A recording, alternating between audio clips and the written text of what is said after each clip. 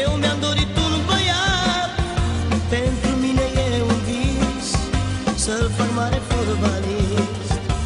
Atunci când m-am însurat, eu mi-am dorit un băiat, pentru mine e un vis, să-l fac mare fotbalist.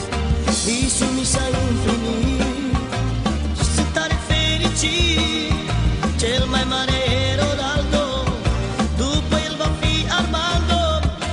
E sufletul meu Armando, e sprijinul meu Armando, e puterea mea Armando, e sufletul meu Armando, e sprijinul meu Armando, e puterea mea Armando, pentru el mi-aș da viața.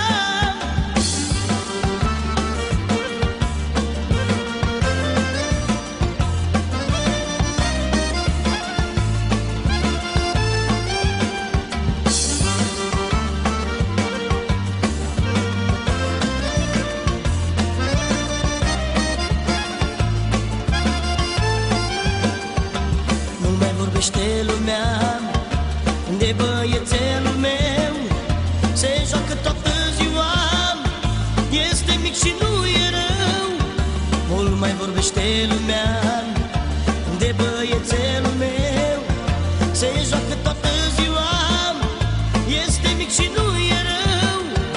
E sufletul meu Armando, e sprijinul meu Armando, e puterea mea Armando, e sufletul meu Armando, e sprijinul meu Armando, e puterea mea Armando, pentru el mi-aș da viața.